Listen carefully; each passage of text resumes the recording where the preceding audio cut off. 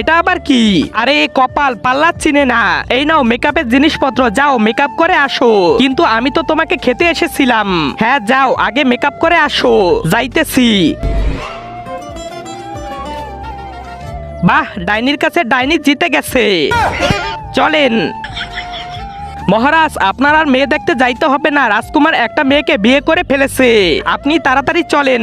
তার আগে তুমি যদি ইন্ডিয়ান হও তাহলে লাইক করো, আর যদি বাংলাদেশি হও তাহলে লাইক সাবস্ক্রাইব দুইটাই করো, আর কমেন্টে তুমি যে দেশে সে দেশের পতাকাটা দিয়ে যাও।